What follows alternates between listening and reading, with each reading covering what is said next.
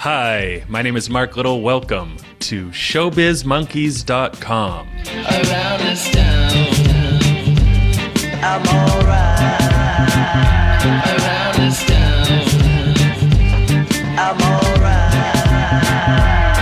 I mean, no consequence when you playing with the fire.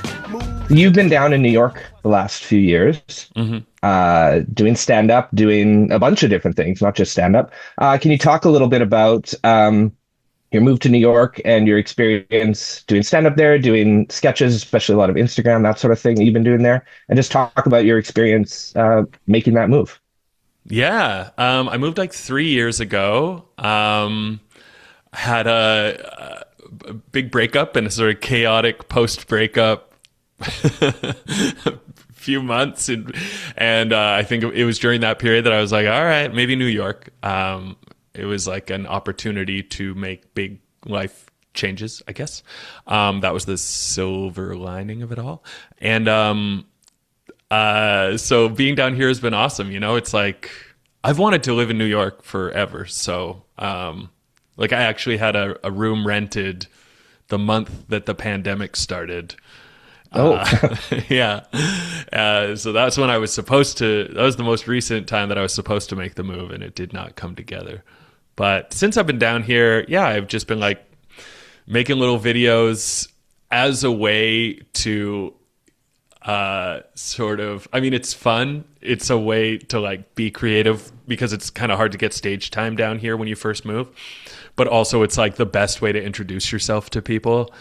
If they've seen a video of yours, they're far more likely to trust you and put you on their show than just tell them like your credits.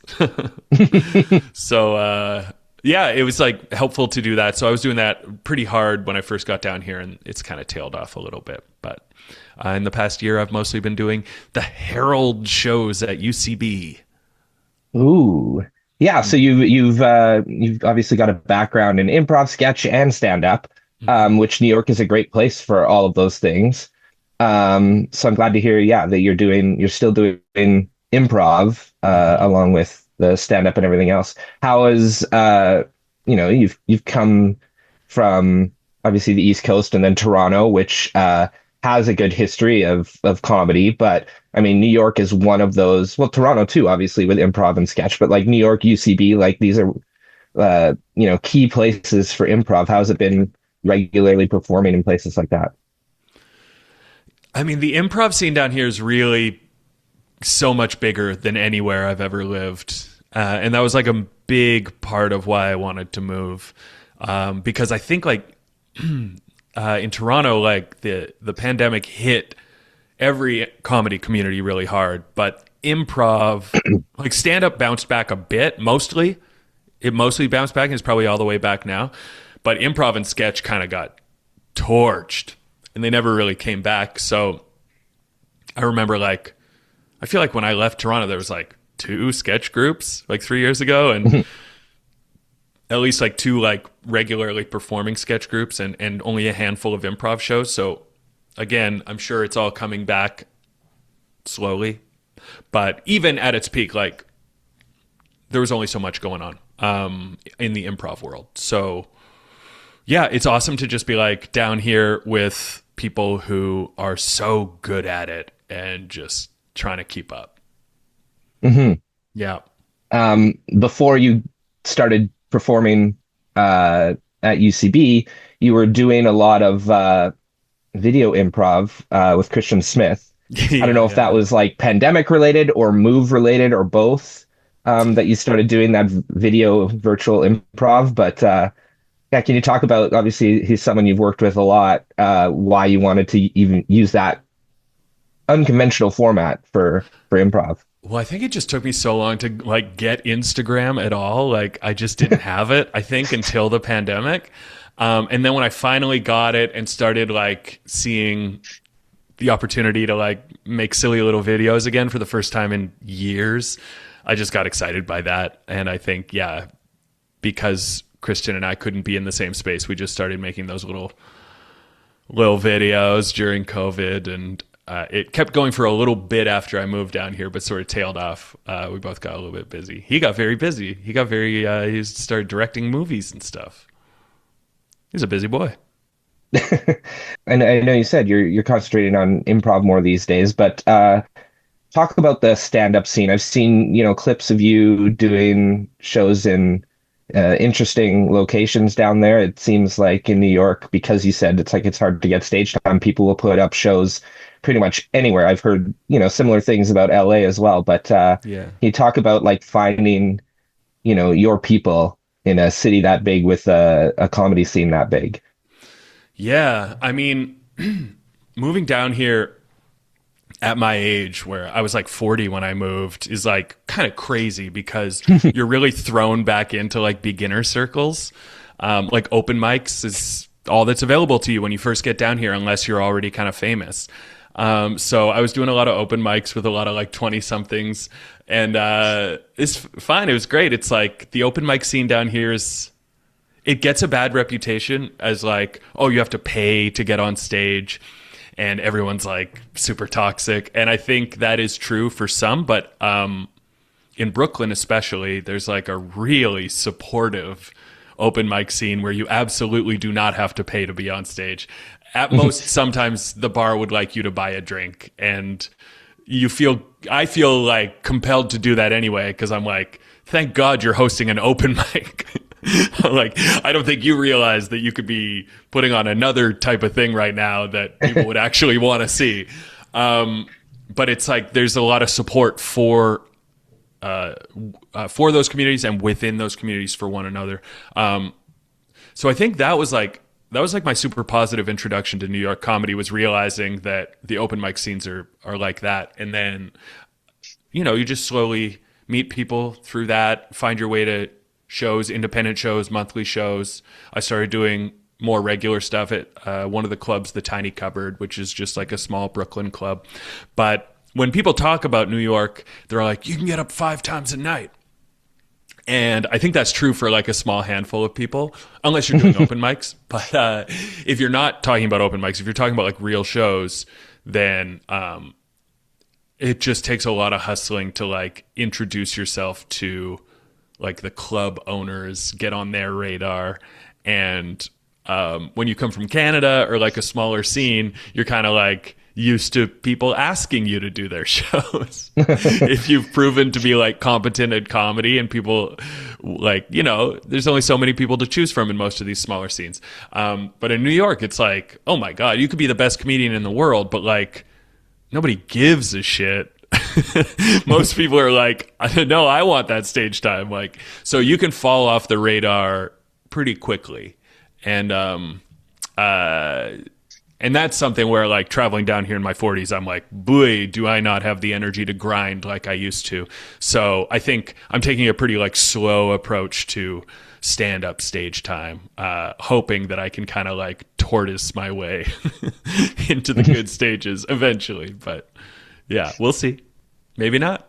Maybe It's just I never will. It's just so funny to hear that as someone who obviously knows your work up here, with Picnicface and TV, movies, all these things that you've done to like just be, another open micer, and then not even up here. Like, I mean, you've done Conan. Yeah. Like, it's not like you don't have it's not like 100% Canadian credits. Like, that's a significant credit, but still, that's just the way it is. Yeah, it's kind of what's awesome about New York is it's like you meet lots of people who have late night credits. They're kind of all over. It's like it is what makes the scene amazing, because you feel compelled to raise your level, because if that's like an average comedian, right, then you're like, whoa, fuck, okay, I gotta work harder. I want to be as good as like the really, really, really good comedians, and you have access to them. You just see them all the time. You get to see them perform and get inspired. So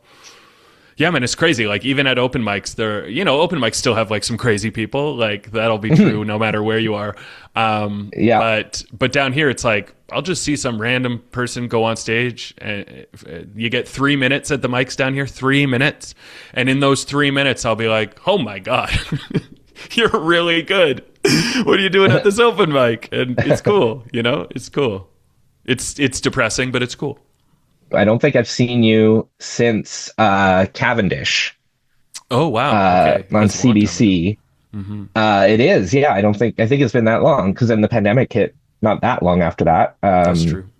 I know it was only one season, but like I loved that show. Friends of mine loved that show. Oh wow, thanks. Um, just to go a little bit back to that, what kind of experience did you have working on that show with Andy and getting to, go to the East Coast and film this very, very weird show that CBC let you put on the air? Yeah. It was cool.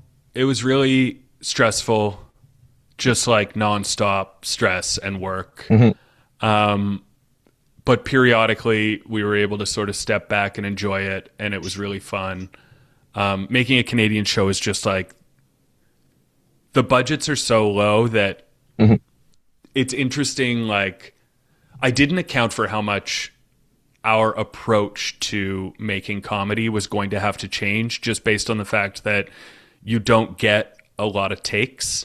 You don't have the budget for a lot of takes. So after everything's finally set up, you can get 3 takes, but that means 2 of them at least are going to be to script, just so you have it. And then maybe you get 1 take to like mess around a little bit. Whereas like our approach is, we're used to just like really messing around and finding fun new stuff and just seeing where that goes.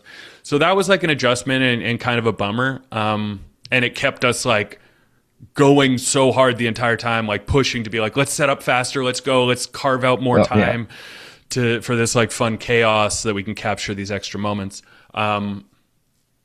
So that was the learning curve of it. But it was cool. Like, we got to cast all of our funny friends and see them do their thing and see certain things come to life better than we imagined, and certain things fall so flat in ways that we hadn't anticipated. And, I think that's just the nature of making like a first season of something, is you're like, you fail so much and then you succeed a bit. And if you're lucky enough to get a second season, you get to like say, okay, let's do that stuff that we succeeded at more, and let's cut out that other stuff.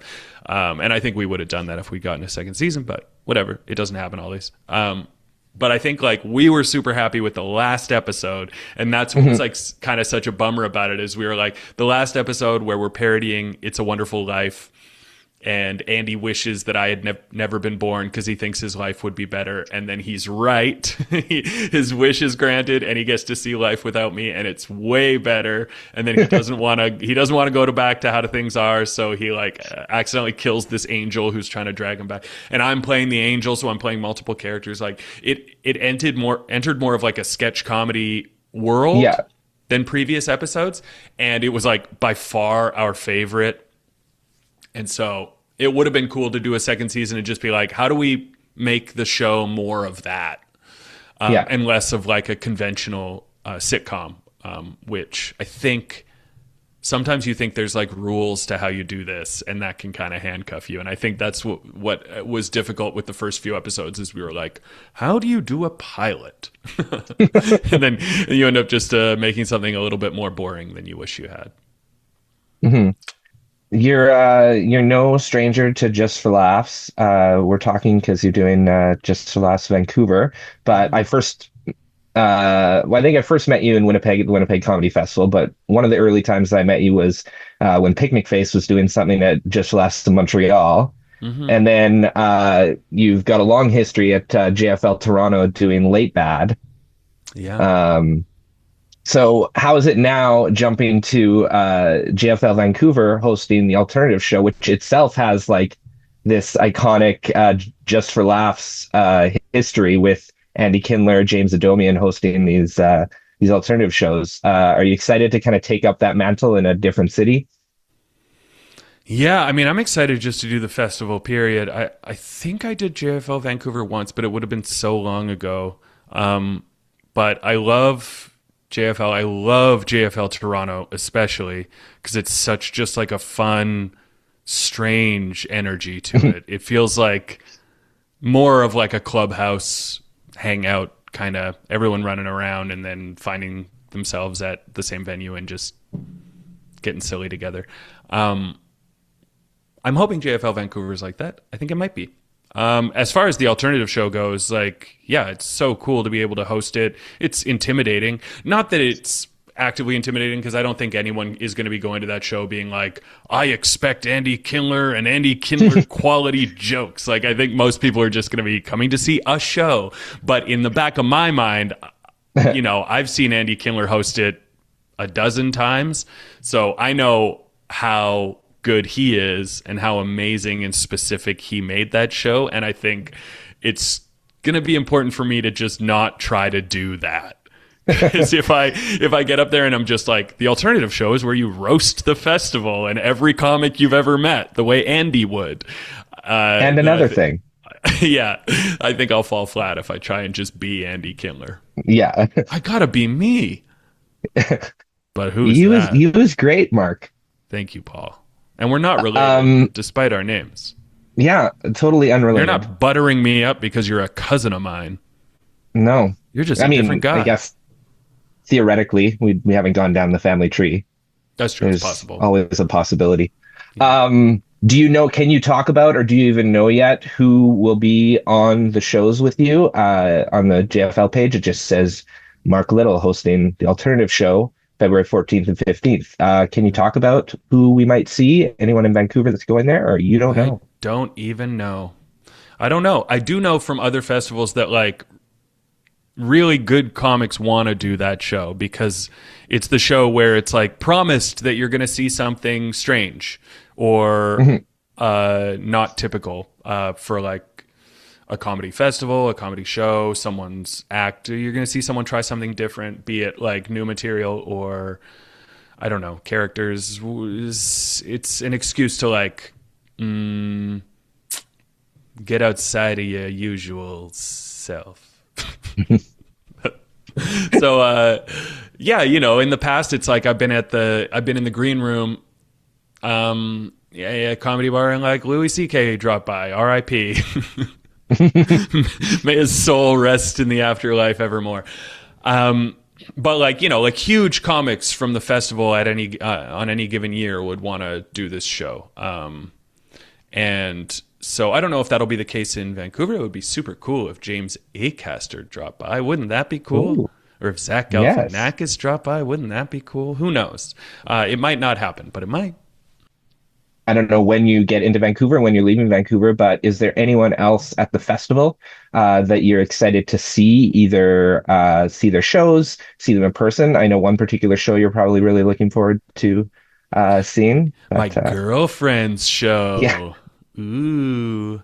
Yeah, I'm going to go see Wally Barham's show. She's great. She is my partner and my live-in partner. And the owner of my heart. But I am also excited to see, I like Emil Joachim and Michael Longfellow are two fellas I know from New York, and they're very funny. I'm excited to see their longer sets. But I think, yeah, primarily I'm excited to see James Acaster. I've never seen him. I only know him from online clips.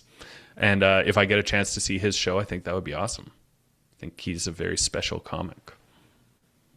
I would agree. I thought I might be in Vancouver for this festival, and I had tickets to the show. Oh, and I'm not going to be in Vancouver, and had to get rid of those tickets to the show. So someday I will see Acaster. But sorry. That's just the way it is. I hope you get to see him. And I hope he stops by the alternative show too.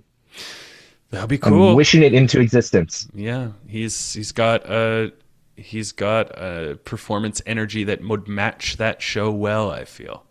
I know you primarily spend your time in New York these days, but for anyone who isn't going to be in Vancouver this weekend, just let people know where they can find you online, if you'll be back in Toronto for any shows, things like that. Yeah, well, I'll be back in Toronto in late March for a couple months off and on, so I'll be doing all my usual shows there, including Nice Time every Wednesday, I think, at Comedy Bar, I think, unless things have changed. But that's my improv show out there. It's a great one. But primarily you can find me online. I'm on Instagram at @marklittle_good or TikTok at, what the hell's my name on there? Oh Sick, Mark Little. And I got a new podcast that you can listen to. Yes. And it's name is pending change. So actually I can't even. I think it's going to be called Christopher and Mark's Guide to the World and All Within It. Something like that. But it's two idiots telling you about everything. And I do mean everything. It's one of your frequent Instagram collaborators, right? Christopher Isaacson. Yeah. The wonderful. Yeah. Everyone should check that out, and great catching up. And at some point, we'll be in the same city again, and I'll see you again. But I hope so. Yeah, have fun in Vancouver. Thanks, Paul. I'll say hi to James Acaster for you. Thanks, I appreciate it. You're welcome.